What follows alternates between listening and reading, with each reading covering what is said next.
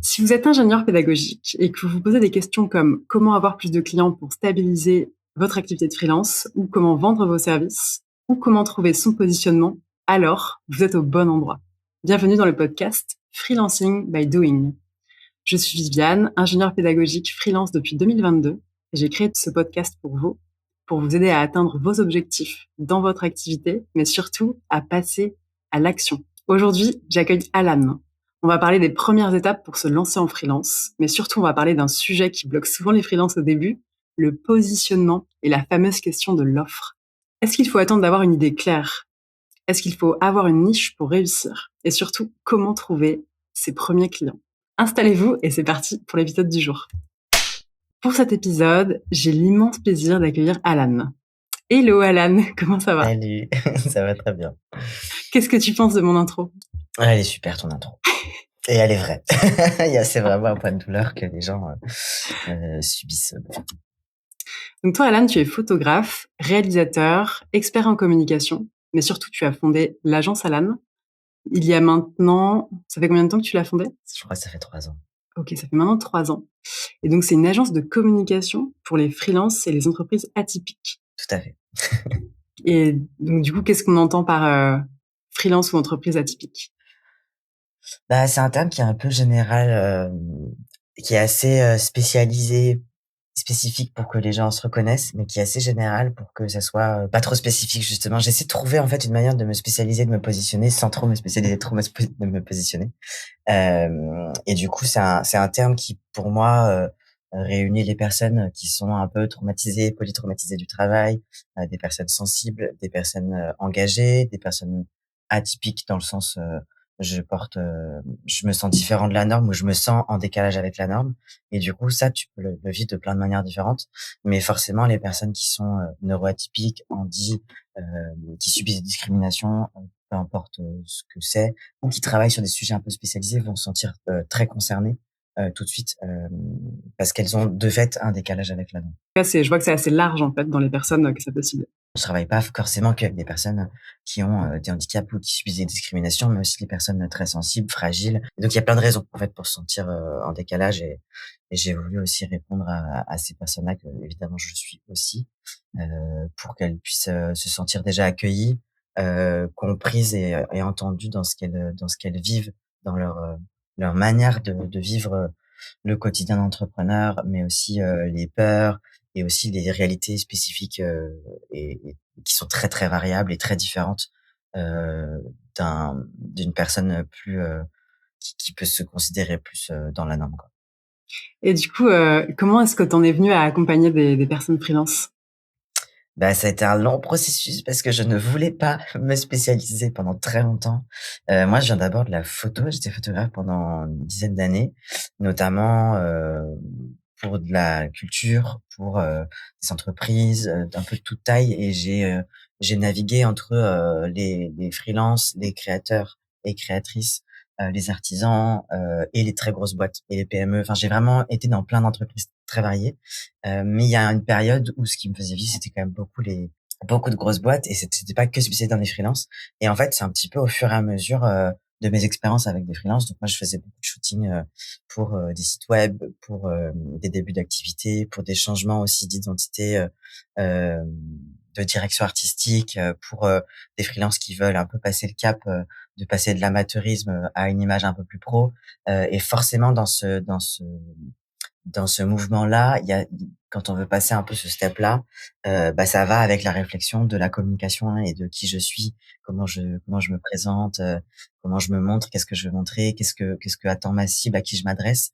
Et souvent, je me retrouvais à faire du conseil en com parce que c'est un peu ma nature et ce que j'aime faire. J'ai jamais voulu faire de la com parce que je trouve que ce milieu fonctionnait complètement à l'envers et pour avoir bossé avec beaucoup d'agences de communication ou d'agences en général en tant que photographe avec d'autres corps de métier, je trouvais que c'était pas du tout adapté et donc je me retrouvais à faire du conseil en shooting comme j'étais déjà un petit peu non conventionnel dans ma manière d'accompagner les gens entre guillemets. En tout cas, je les autorisais à sortir un peu de ces normes à la voix binaire et genrée dans le travail. Bah du coup, je me suis retrouvé en fait assez vite à avoir des échanges sur ces trucs-là et à faire du conseil en stratégie, en image et au fur et à mesure bah, je me suis rendu compte, c'est ce que je kiffais le plus, en fait, plutôt que de faire des photos et repartir.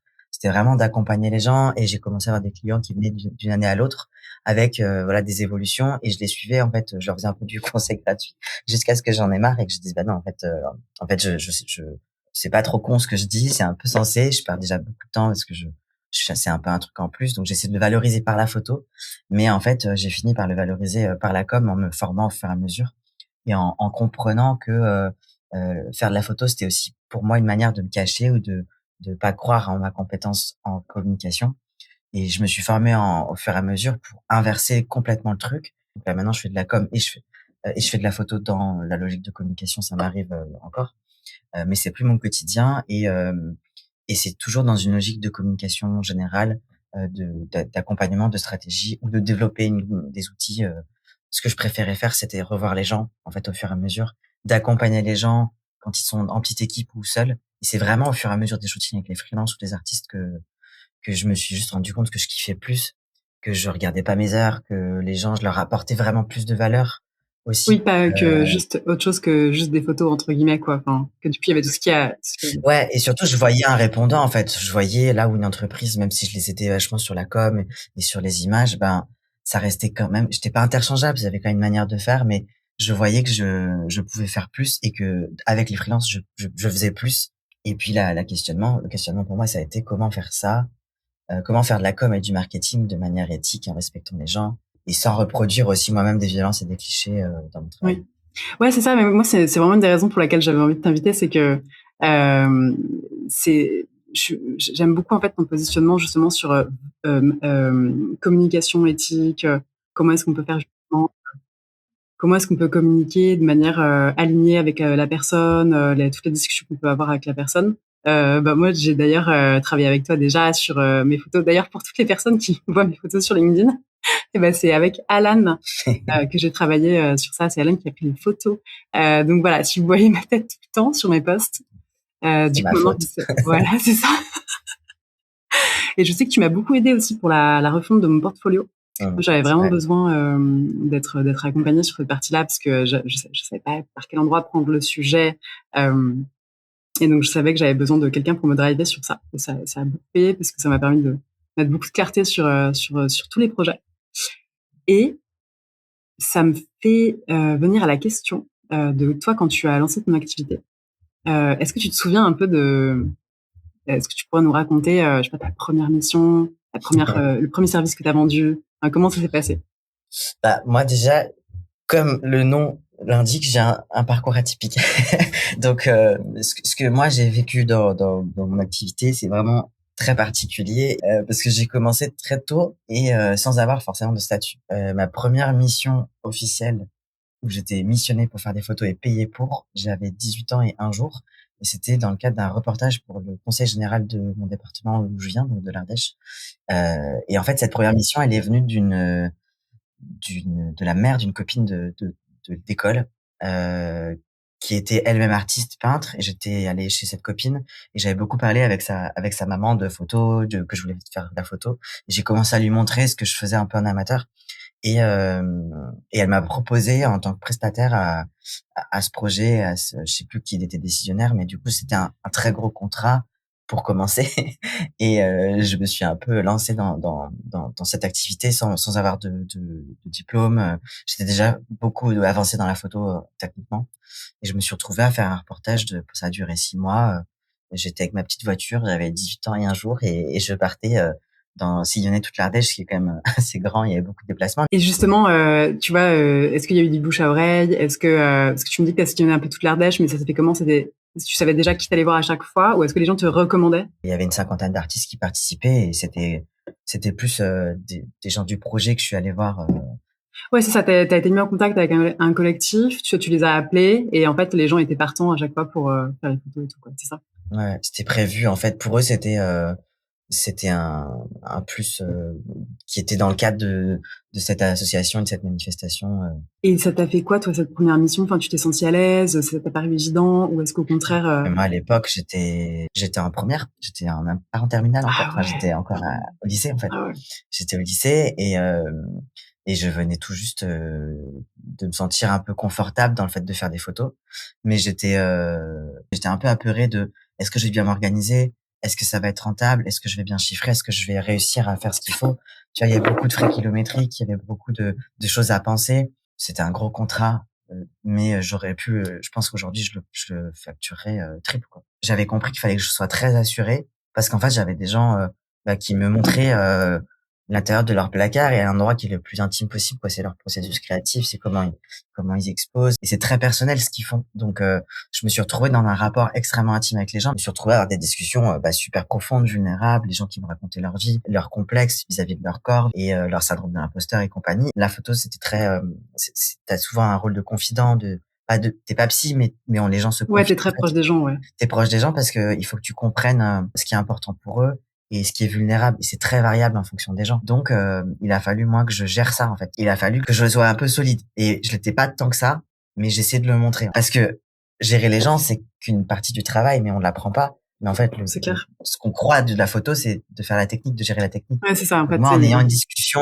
super deep sur, la vie des gens et en écoutant et en devant répondre aussi, bah, je dois faire des photos, organiser, gérer ma technique. Malgré tout ça, je me suis senti complètement à ma place et heu et je me suis dit: «Je ouais. veux faire ça de ma vie». Je veux, accompagner les gens dans déployer des projets engagés artistiques, et ça m'a trop plu, quoi.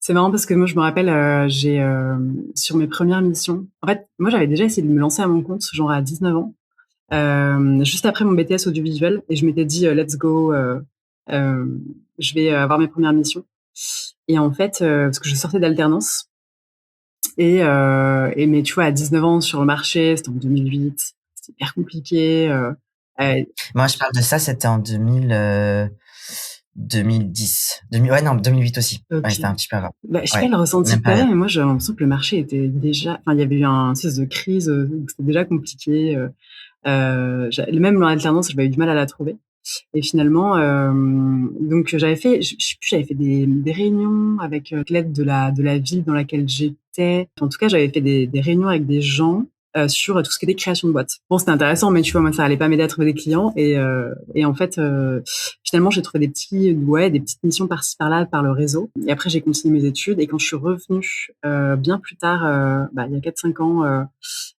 pour me lancer à mon compte dans la pédagogie. Du coup, une des premières missions, je me rappelle, c'était pour une école et sauf que c'était, en gros, c'était un sujet assez confidentiel que je ne pouvais pas mettre sur mon portfolio et donc j'avais fait, quand même tout la proposition commerciale et tout l'exercice de vente, avec, ces personnes-là que je connaissais un peu. Je sais qu'il y a une amie qui m'avait aidée à élaborer un peu la proposition parce que j'étais perdue sur cet exercice. Alors, tu commences, Ouais, quoi. c'est clair. En plus, c'était complexe avec du recul, c'est vraiment pas la proposition la plus simple que j'avais dû faire. Je sais qu'il y avait eu, des sujets comme, de l'identité de marque, réfléchir à la ligne pédagogique, de l'école, il y avait un sujet sur donc en fait, le principal sujet, c'était, proposer un peu une hybridation, par rapport aux cours, aux formations. En fait, si on la personne voulait du distanciel pouvoir toucher d'autres personnes sur la France. Et donc je me rappelle que dans la proposition, j'avais fait un calcul de ROI, donc un calcul de retour sur investissement. Et ça d'ailleurs, c'est super, utile pour, rassurer en fait le client et lui montrer que la manière dont on travaille ensemble, en fait, c'est un investissement. C'est pas forcément des frais ou quoi. Et à quel moment il sera rentable. Ce qui, dans certains métiers, est très compliqué à Oui. mesurer ou à clarifier, ouais. Oui, oui, complètement. Mais là, ce qui était intéressant, Ouais. c'est que vu qu'il y avait des cours avec des prix, bah, en fait, voilà, à Mmh. un moment, au bout d'un certain nombre de cours, on pouvait dire que c'était remboursé. Sauf qu'en fait, dans ce calcul, je me suis un peu trompée. Je sais plus le prix de la classe, je l'ai mis un peu plus, un peu moins, je sais plus. Et sur le moment, la cliente, elle a vraiment tiqué là-dessus et elle m'a dit, «Attends, mais c'est pas à ce prix-là que je vends les classes». Et je lui ai dit: «Ah oui, oui, oui, d'accord, je vais modifier ça et je reviens vers toi». Et en réalité, j'étais en train de moi, à l'époque, j'étais en train de finir mon contrat dans mon ancienne boîte. Hem et surtout, en fait, j'avais vraiment une grosse priorité sur trouver un projet, qui me permette de le mettre dans mon portfolio et celui-là, je pouvais pas parce qu'il y avait vraiment entre guillemets un caractère confidentiel et je sais que je pouvais vraiment pas quoi.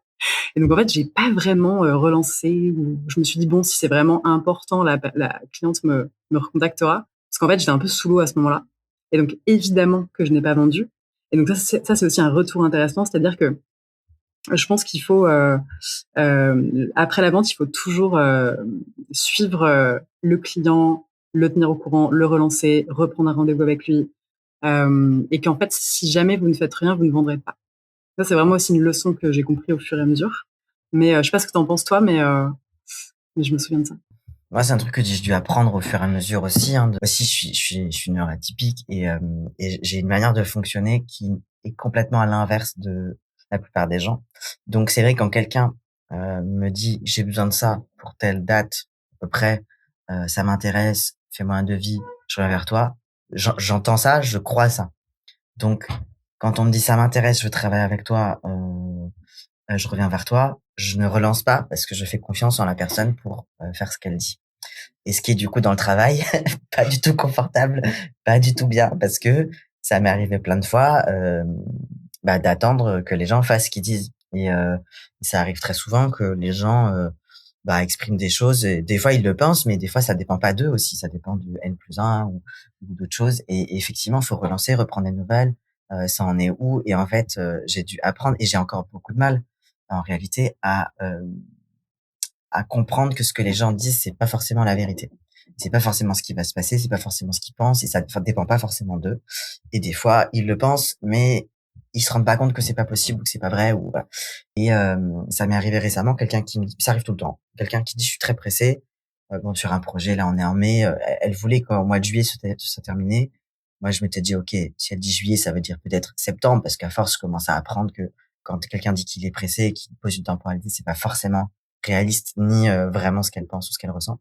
Et finalement, elle m'a dit 2 semaines plus tard, j'ai dû la relancer pour faire ma proposition et faire le rendez-vous. Et heu, elle m'a dit 2 semaines plus tard: «Finalement, c'est pas si pressé, je vais me poser dessus plusieurs mois», tu vois? C'est toi qui proposes et qui dis: «Bah, voilà, moi, dans mon process, ça se passe comme ça», et hem, du coup, tu as plus à attendre que les gens sachent comment procéder ou comment faire, et du coup, tu prends un peu plus le lead. Et est-ce que justement, tu vois, pour introduire un peu le sujet du positionnement, un sujet que Mmh j'avais mh. envie d'aborder avec toi aujourd'hui, parce que vu que tu accompagnes aussi des freelances, bah, en fait, tu as aussi une idée de comment tu les accompagnes là-dessus, parce que c'est enfin moi, le souvenir que j'ai du positionnement quand je me suis lancée, alors déjà, je savais pas ce que c'était. En plus, c'était un mot, je comprenais pas du tout ce que ça voulait dire. Moi, j'étais là genre: «OK, je veux trouver des clients». Donc en fait, j'étais très focus sur, OK, c'est comment on fait de la prospection, comment on écrit aux gens, qu'est-ce qu'il faut que j'écrive aux gens et cetera. Mais alors vraiment, je sais qu'il y avait souvent au début des conseils ou des formations sur, se mettre à son compte, il y avait toujours ce truc de: «Quel est votre positionnement? Créez votre offre et tout», et moi, j'ai pas le souvenir que t'en as, mais moi, je me disais: «Mais qu'est-ce qu'on s'en fout de tout ça, en fait?» C'est pas du tout la prio. Tu disais qu'il fallait passer à l'action et contacter des gens Moi, je me ouais, mais en fait, et pas trop moi, réfléchir? je me disais, en fait, vraiment, j'avais cette idée quand même que quand t'es freelance, bon, ça dépend pour à qui tu t'adresses, mais j'ai eu la sensation que les demandes étaient extrêmement différentes d'une entreprise à une autre et qu'en fait, de toute manière, il y allait C'était impossible, quoi. Ça serait toujours du un sur-mesure, quoi. peu, c'est ça. C'est un peu ce Mmh. que j'avais en tête. Mais surtout aussi parce que la réalité, c'est que au début, quand je me suis lancée, les opportunités que j'ai eues, c'était surtout des personnes de mon réseau, en fait. Donc, j'ai pas trop compris au début l'intérêt vraiment de me positionner, de dire clairement ce que je fais pour qui, comment. Euh, Parce que les gens savaient déjà ou non, parce non, qu'il non, y c'est parce que avait les gens pensaient à moi pour faire des mmh, formations. Et donc, c'est d'un domaine à un autre, d'un truc hyper différent à un autre. d'accord. Et donc, voilà, je passais un peu de la start-up data à l'association sur les compétences psychosociales. Enfin, voilà, je passais d'un. Oui, Alors, c'est difficile de se c'est positionner, ça, quand tu es à des secteurs c'est différents, ça. de comprendre l'intérêt. Et quelque part, Mmh, moi, ouais. enfin, tu vois, moi, ça m'allait très bien de faire des sujets différents parce que c'est aussi un plaisir dans le métier, tu vois, d'accéder à des sujets très différents de la formation. Mais c'est le moment où tu as moins d'opportunités du réseau, tu te dis, ah oui, d'accord. Et c'est là où tu dis, OK, il faut que je parle aux gens et qu'est-ce que je leur dis, en fait. Mmh. Et donc, je voulais te demander, Ce questionnement-là, il vient souvent avec le «qu'est-ce que je dis à qui?» «Qu'est-ce que je dis de moi, et à qui je ouais, m'adresse?» Il y a un peu tous les questionnements qui viennent, d'un coup quand tu parles de ça. Bah, après moi, j'étais dans un milieu qui était très spécial parce que comme pour toi, Mon offre, elle est claire. Je fais de la photo, du reportage. Enfin, dans ma tête, c'était clair. Et tout le monde a besoin de moi. Tous les secteurs, toutes les tailles d'entreprise. Donc, dans ma tête, il y avait absolument pas besoin de me positionner. Pour moi, et c'est ce qu'on avait beaucoup calqué, ou qu'on m'a beaucoup dit, c'est que le positionnement dans ces métiers-là, c'est plus sur la technique, sur faire du portrait, faire du reportage, faire des photos d'archives ou des choses qui viennent de la technique, qui induisent soit un secteur, soit qui part de la technique. Genre, je fais que du portrait, je fais que des séances portrait, je fais que des photos d'archi. C'est des trucs qui viennent de la technique. Mais dans mon cas, je faisais du reportage, du portrait. Ça pouvait quand même concerner beaucoup de gens. Et l'événementiel. Et l'événementiel, c'est très vaste, tu vois. Ma questionnement sur le positionnement, il est venu quand j'ai dû élargir. Parce que, parce que déjà, moi, je peux pas faire la même chose au quotidien. Et il y avait ce truc de, je veux pas faire que du portrait. J'ai essayé, je me faisais chier au bout de 3 mois, même si j'adore ça. J'avais besoin de variété dans le travail. J'ai besoin de variété, j'ai besoin de créativité. Tu vois, évidemment, tu peux parler d'image de soi, de confiance, d'humain, et j'ai commencé à parler un petit peu de ça, ce qui m'a un peu positionné sur une manière de vivre la photo, une manière d'accompagner les gens. Euh, mais le besoin de trouver un positionnement beaucoup plus clair et beaucoup plus net, il a été quand j'ai décidé de faire de la com et de monter une agence de com parce que je voulais m'adresser aux freelances, mais pas tous les freelances. Et j'ai essayé de trouver les bons termes par rapport à ce que moi je voulais faire et qui soit pas enfermant justement. Je voulais me positionner sans me positionner entre guillemets. Je voulais être identifié euh, sans faire un déroulé des compétences. Sauf que se positionner, c'est pas faire une liste déjà, et c'est pas forcément avoir le prisme de la compétence. Moi, quand je dis que j'accompagne, que j'ai politisme de la communication et que j'accompagne des freelances atypiques et des projets engagés à se développer et à se rendre visibles, déjà, j'ai plein de manières de pitcher en fonction de à qui je m'adresse et il y a des nuances. Euh, mais quand je dis ça, je te dis pas ce que je fais. Donc tu sais pas ce que je fais, mais t'as compris ce que je fais. Et t'as compris à qui je m'adresse et comment je fais, à peu près. Et en fait, c'est les informations dont ma cible a besoin à ce stade de je ne te connais pas pour dire, OK, je comprends pas, ça m'intéresse, c'est pour moi, c'est pas pour moi.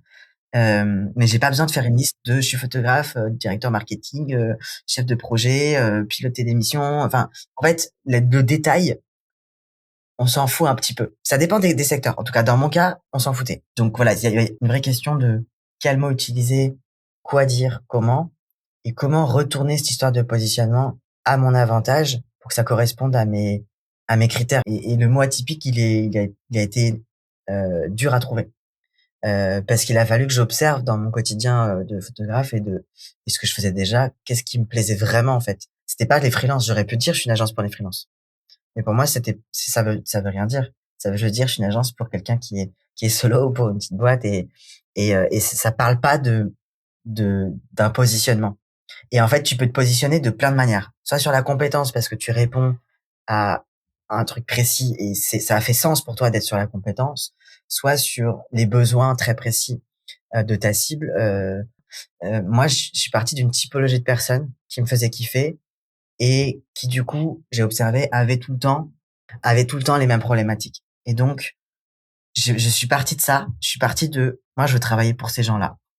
Le positionnement, faut qu'il fasse sens par rapport à l'écosystème. Et tout ça, c'est parti d'une réflexion vraiment profonde de moi, ce que je veux faire, ce que j'aime, ce que je pressens. Il a fallu mettre des mots sur quelque chose qui était un peu impalpable pour moi. J'ai compris dans quoi je m'inscrivais et comment rendre lisible à la fois pour moi, mais aussi pour les autres ce que je fais. Et, euh, et ça a permis ensuite de définir une stratégie de communication très claire. Ah oui, je voulais parler de stratégie de communication parce que bah du coup j'ai défini une nouvelle stratégie. Avant je communiquais pas sur les réseaux, j'avais pas LinkedIn, j'avais pas Instagram.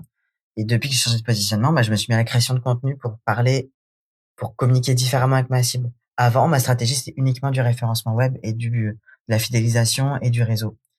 Aujourd'hui ça suffit pas de faire ça et ça ne marche pas parce que les gens qui ont besoin de moi ne me cherchent pas sur Internet et savent pas Ah quoi oui, mettre c'est sur ça, on en avait Internet. parlé, oui. C'est pas comme ça qu'ils me trouvent. Donc en fait, le positionnement, c'est pas juste avoir une offre claire et un bon pitch, c'est aussi le point de départ de comment toi tu vas aussi te respecter dans ton taf. Tu vois, qu'est-ce que tu veux faire vraiment et vérifier que ce que tu veux faire, ça correspond vraiment à ce qui se passe et ça répond vraiment à quelque chose. Trouver un pitch clair, un discours, mais aussi ça te permet d'avoir après la réflexion sur les offres et après la réflexion sur la stratégie de C'est communication. ça. C'est vraiment le point de départ OK. essentiel, quoi. Et justement, si, quelqu'un qui nous écoute se dit: «Bah, tiens, moi, j'aimerais bien, un petit peu plus choisir mon positionnement, arriver à préciser», qu'est-ce que tu conseillerais, toi? J'imagine que, tu vois, c'est un sujet qui revient sur lequel imagine tu accompagnes un freelance là-dessus et il te dirait: «OK, je commence par quoi?» Pour le positionnement, tu dirais quoi?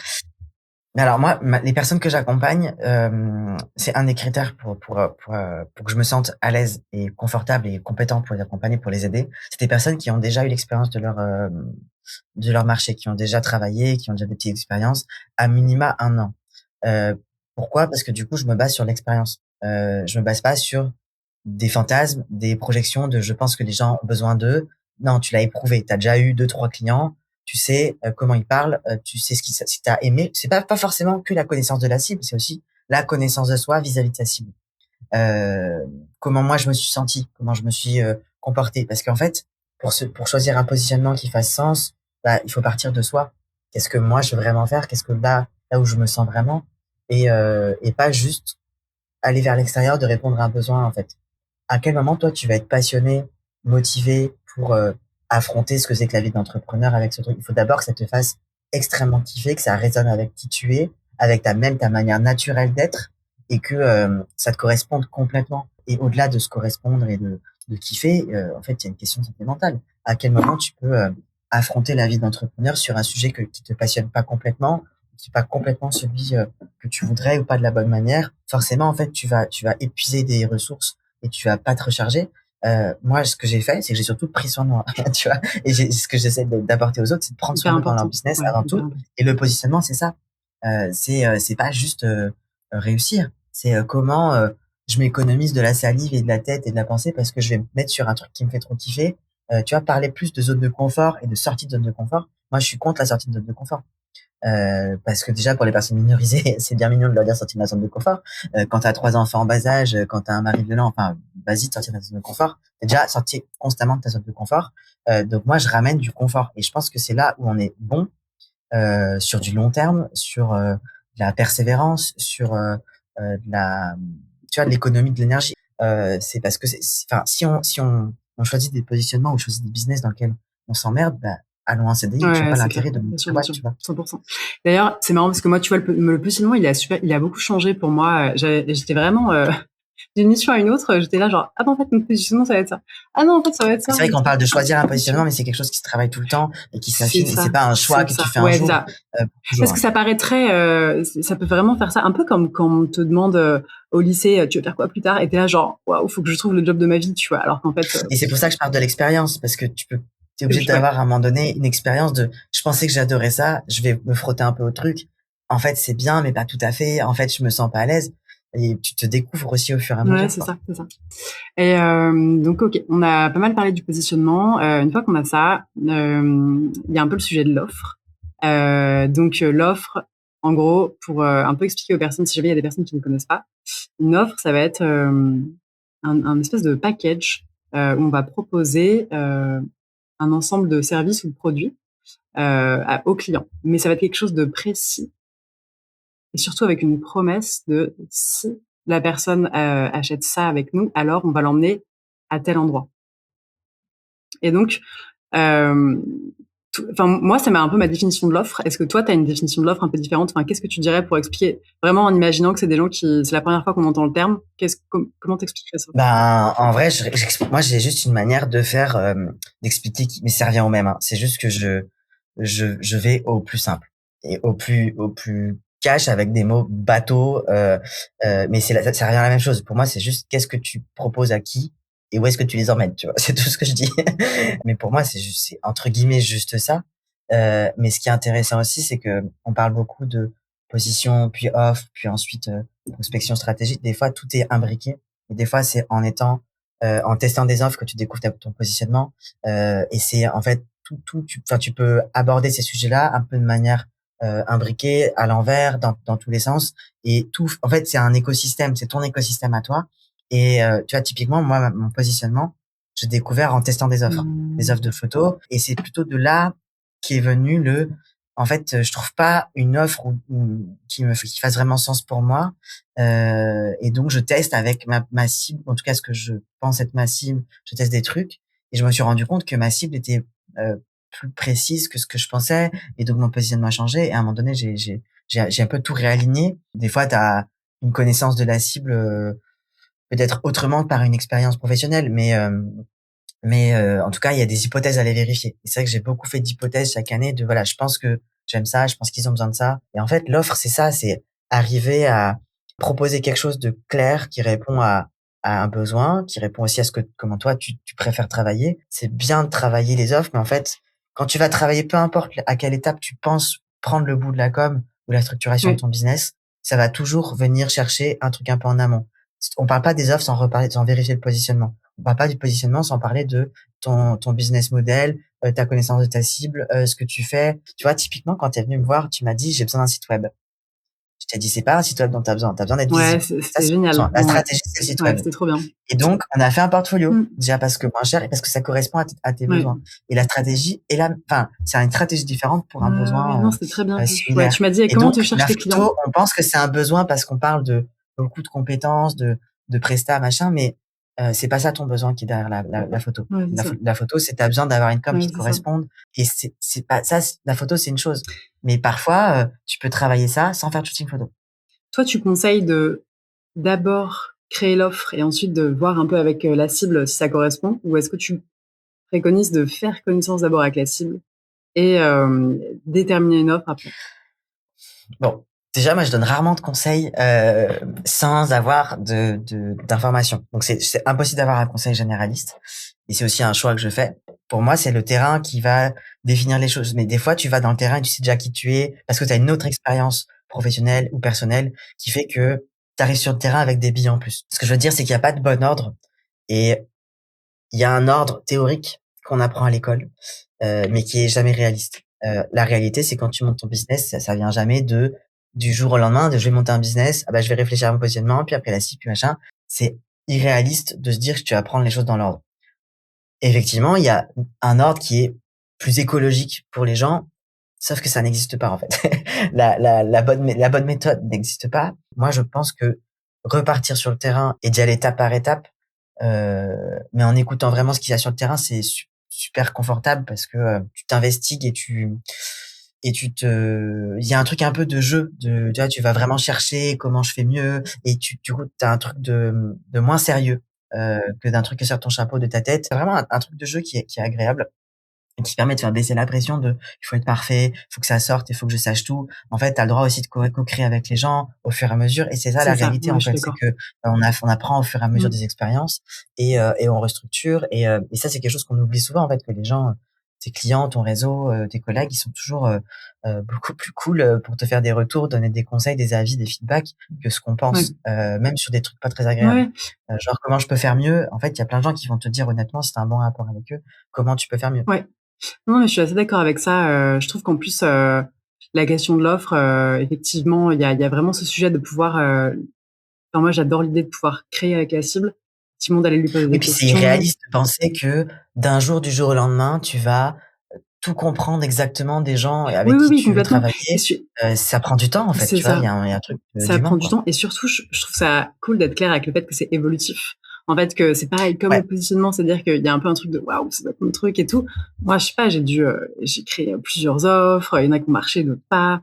C'est pareil, le positionnement, ça j'ai bouge. changé plein de fois. Par contre, un truc qui m'a beaucoup décomplexée sur l'offre, c'est, le fait d'avoir pu créer une offre, c'était sur un projet, je faisais du développement d'affaires pour les thérapeutes et donc c'était un projet avec une personne et on a créé une offre et cette offre-là, je sais pas, on l'a créée en 1 heure, en fait. On connaissait un peu la cible et on s'est dit: «OK, de quoi elle a besoin? Qu'est-ce qu'on peut offrir comme service par rapport à notre expertise?»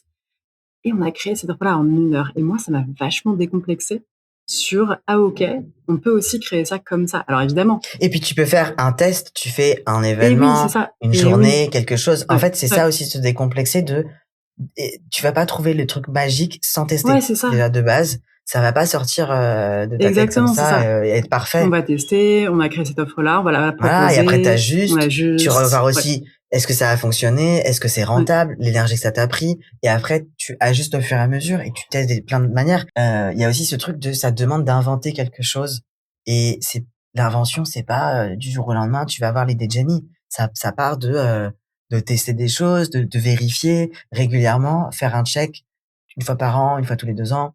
Est-ce que j'aime toujours ce que je fais? Est-ce que c'est toujours adapté? Parce que le milieu évolue, ton secteur évolue, le business évolue, il y a des évolutions techniques, IA et compagnie, évidemment, c'est infini. Est-ce que ce que je fais est toujours pertinent pour moi, pour les autres, pour le marché, qui s'inscrit dans le marché?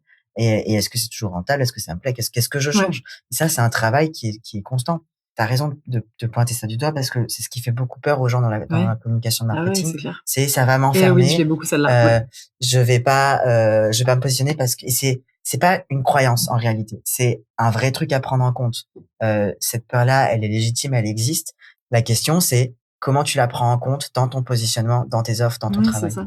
Et d'ailleurs, je trouve que un truc dont je me suis rendu compte pour tester une offre que je trouvais hyper efficace, c'est les salons. Je sais pas si, alors c'est pas, Ben, parler aux gens en général, c'est pas mal. ouais, c'est ça. Alors c'était pas Ouais. vraiment une offre, c'était en vrai c'était surtout un positionnement. Mais je trouvais ça hyper efficace de pouvoir aller.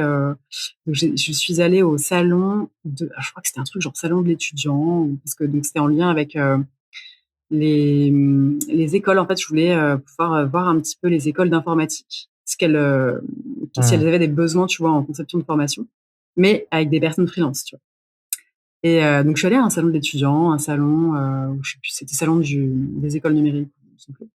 Et j'ai eu des super retours là-bas parce que je fais plein de stands et en fait en 3, 4, 5, 6 stands, en fait, tu as une idée de est-ce que les gens ont besoin ou pas, qu'est-ce qui se passe dans leurs yeux quand tu leur dis bah moi je fais ci, je fais ça, est-ce que vous auriez machin, etc. Et en Mmh. fait, résultat du truc, c'est qu'en fait les écoles elles ont souvent des équipes en interne et qu'en fait pour tout ce qui est Mmh. conception de programme, bah elles sont là genre oui bon bah en général ça va. Après il y a des grosses Et quand on parle de connaissance de la cible, on parle de ça, en fait. ouais, Qui prend les décisions? Qu'est-ce qu'il y a des besoins? c'est ça, Est-ce que c'est ouais c'est ça, internalisé, c'est ça. externalisé? Comment ils s'organisent? C'est Ah ça. oui, Et je ça. trouve que du coup, on peut savoir assez vite ce que ça crée chez les gens et s'il y a un besoin ou pas. Et en fait, Mmh. au vu de ce qu'on m'a répondu, alors à part pour des grandes écoles qui ont parfois besoin de freelance, mais en général, j'ai eu beaucoup de retours comme ah bah on a nos équipes en interne.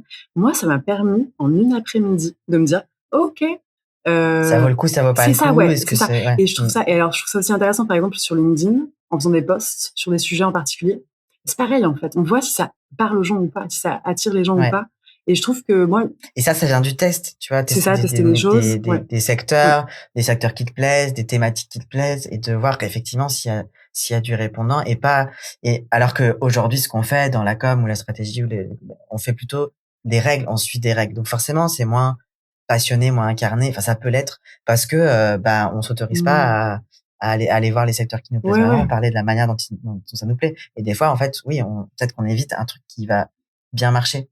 Je trouve que le temps moyen, tu vois, pour tester une offre avant de se dire ça marche pas, enfin, ça dépend, tu vois, mais je trouve qu'au bout de 3 mois, franchement, si on met des messages, des choses, qu'on Moi, je suis parle, beaucoup plus lent.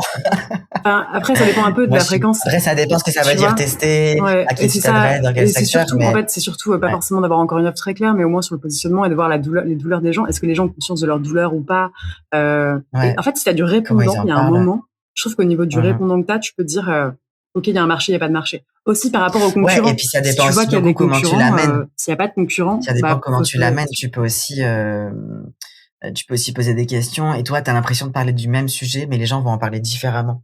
Donc il y a aussi tu vas confronter, ce que tu fais là, en fait, ça te permet aussi d'avoir, le vocabulaire de comment les gens parlent et donc peut-être que tu vas pouvoir aller plus loin dans la compréhension de ta cible parce que juste en ayant quelques échanges, tu vas comprendre comment ils en parlent et quel est le vrai problème. Et ça, tu t'en rends compte en parlant, parce que toi, tu as ton vocabulaire technique à toi, d'humain qui connaît son sujet. Peut-être qu'en face, tu t'adresses à des gens qui savent un petit peu ce que tu fais parce qu'ils ont besoin de travailler avec toi, mais qui utilisent pas du tout les mêmes mots parce qu'ils parlent pas de la même C'est chose. clair. Et donc, des fois, ça va être parfois plus émotionnel, parfois c'est plus technique. Et donc, ça te permet d'avoir aussi des indicateurs et des indices très précis sur comment les gens vivent ton sujet, quoi. Ok, donc on va passer à la petite rubrique des mythes et des clichés de la vie de freelance. Je vais te donner une phrase et tu vas me dire ce que tu en penses et moi aussi je répondrai. Il faut être prêt avant de se lancer. Je peux répondre par des questions. Bien sûr. Est-ce qu'être prêt, c'est pas en se lançant et en testant que du coup on se sent prêt? Ça veut dire quoi se sentir prêt? Parce que moi, se sentir prêt, ça part par l'expérience, quoi. Je peux pas savoir si je suis prêt si je l'ai pas déjà testé plusieurs fois, quoi. Je suis pas sûr qu'on se sente assuré et bien dans ses pompes dans un truc qu'on n'a jamais fait. Ben non, en fait, moi, je pense que c'est la seule erreur importante à ne pas faire. C'est-à-dire que je pense que le freelancing et l'entrepreneuriat, c'est un chemin où il y a de l'erreur partout. Et c'est l'erreur qui fait qu'on apprend et qu'on fait mieux après. Et en fait, il faut accepter de commencer sur des petites Quelque part, ouais. choses, faire des erreurs, puis s'améliorer. Il faut bien un point de départ, C'est quoi. ça, il faut bien un point de départ. Mais je pense qu'en vrai, la croyance de faut attendre d'être avant de se lancer, elle est assez dangereuse parce que elle bloque, elle empêche de passer à l'action. Et finalement, s'il y a un peu un truc, souvent les gens me disent ah c'est quoi l'erreur à ne pas faire? C'est en fait l'erreur à ne pas faire, c'est rien faire quoi en fait. Deuxième phrase, au début, il faut accepter n'importe quelle mission. Non, bien sûr que non. Ouais. Mais on n'est pas tous en position de choix. Des fois, n'importe quelle mission, c'est un peu général, mais moi j'ai fait du bénévolat au début pour faire mon portfolio, je le regrette pas, mais j'avais des limites. Je pense pas non plus qu'il faut complètement casser le marché ni se rabaisser. Moi, je suis pas pour le travail 100% gratuit, mais je suis pour des échanges de compétences. Donc, ou des défraiements ou des réductions. Parce que faire du 100% gratuit, ça casse le marché. Par contre, dire, je veux bien t'offrir cette prestation ou te faire 50%, mais en échange, tu me fais des avis Google, tu parles de moi, tu fais tel post. Alors, il y a du concret dans la visibilité que tu me proposes. Genre, tu fais 15 posts à tel endroit, genre, ça se mesure, on en parle, tu t'engages. Ou alors, tu travailles à hauteur de ce que je fais pour moi. Propose-moi quelque chose en échange. Il n'y a pas d'échange monétaire, mais, t'es pas dans la passivité dans l'échange. Je trouve ça important pour se respecter et pour pas, envoyer le message que c'est pas de la valeur.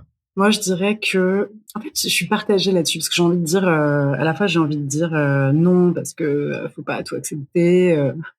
Euh, Mais tu peux faire du bénévolat aussi en vrai, enfin, c'est oui, très enfin, bien. en fait, c'est ça. Et je suis hyper d'accord avec. Juste fais-le pour des associations, pas pour des boîtes. Ouais, c'est ça. Et en même temps, je suis hyper d'accord avec toi sur l'échange non monétaire. Je trouve qu'il est très intéressant. Moi, je l'ai eu avec quelques personnes et vraiment, j'ai trouvé que c'était des échanges de valeurs folles. Ouais. Alors évidemment, il y a. Et là, c'est un super moyen de tester des offres aussi. Ah ouais? Propose ça gratuitement à quelqu'un qui en a besoin Ah et oui, et puis puis c'est un tu lui truc donnes dont un tu as truc besoin. en échange, ouais. Ouais, de ouf. Je pense que si on peut se permettre d'être dans un moment de l'activité où on peut faire de l'échange de compétences, bah, c'est génial. Si on ne peut pas se permettre, bah, Ouais. évidemment que ce sera autre chose, enfin ce sera un échange monétaire. Après, je dirais que le fait d'accepter, si on accepte toutes les missions quand on commence, c'est aussi hyper. En fait, ça va.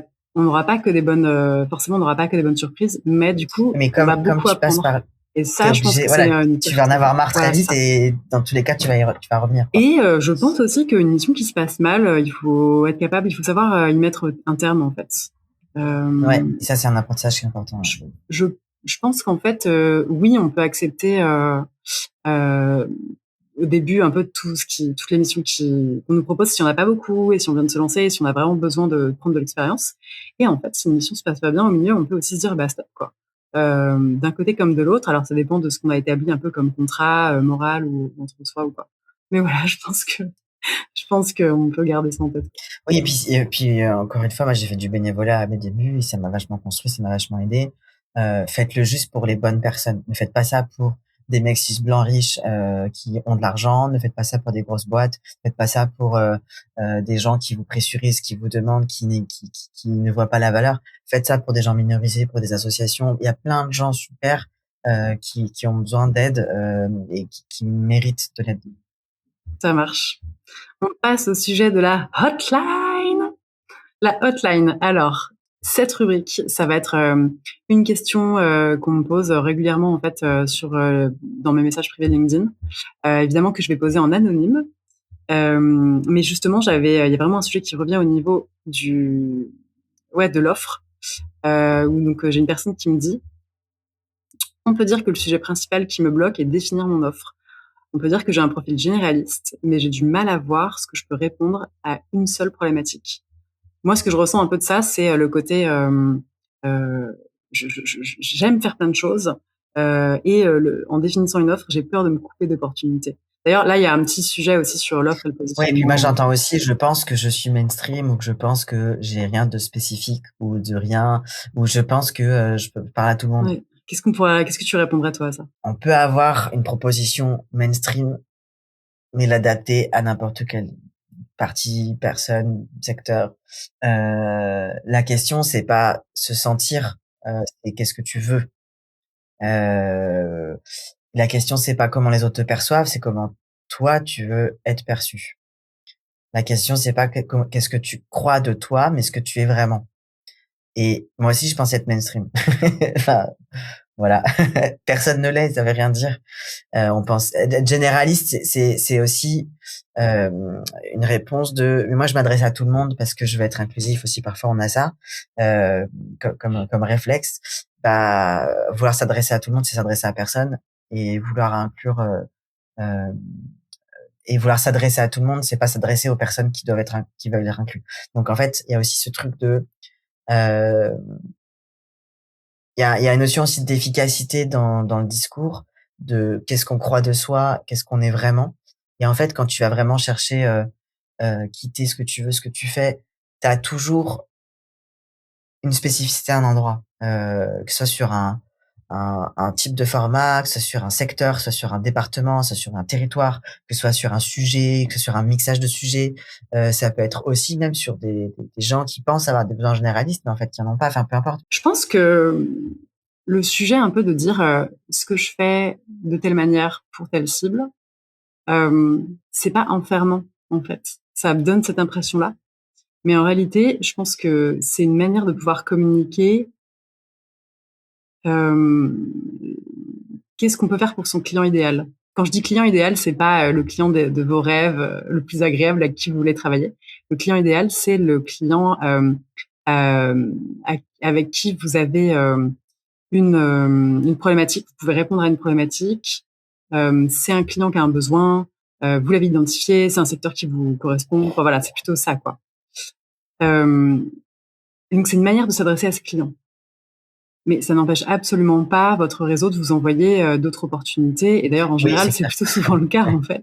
Vous ouais. allez être surpris d'avoir, ah bah, vous avez défini votre positionnement, mais en fait, il y a plusieurs personnes de votre réseau qui vont vous envoyer des choses qui n'ont rien à voir. Et finalement, vous allez plus bosser sur ça que sur votre Parce que positionnement. votre positionnement leur a plu et du coup, ils se disent: «Ah, est-ce que tu fais ça Et aussi?» voilà, exactement. Parce que ce qui ne m'a plu, c'est ton positionnement. Oui, c'est fort possible. Ouais, c'est Ouais, ça. Donc, ça m'arrive très ça t'arrive souvent. souvent. Ah, tout le Ouais. temps. Tout le temps de je fais ça, mais en fait, je crois que toi tu fais ça, mais c'est pas tout à fait ça. Est-ce qu'on peut en parler? Est-ce que tu peux me conseiller des gens? Et c'est par le positionnement que les gens viennent. Et ça arrive souvent que j'ai quand même quelque chose à leur proposer, ou alors que je leur conseille quelqu'un, mais en réalité, ils pensent ne pas être dans la cible, mais ils le sont, ou alors ils pensent que leurs besoins, c'est pas complètement ça, mais en fait ça l'est. Enfin, tu vois, en fait, souvent ça fonctionne, quoi.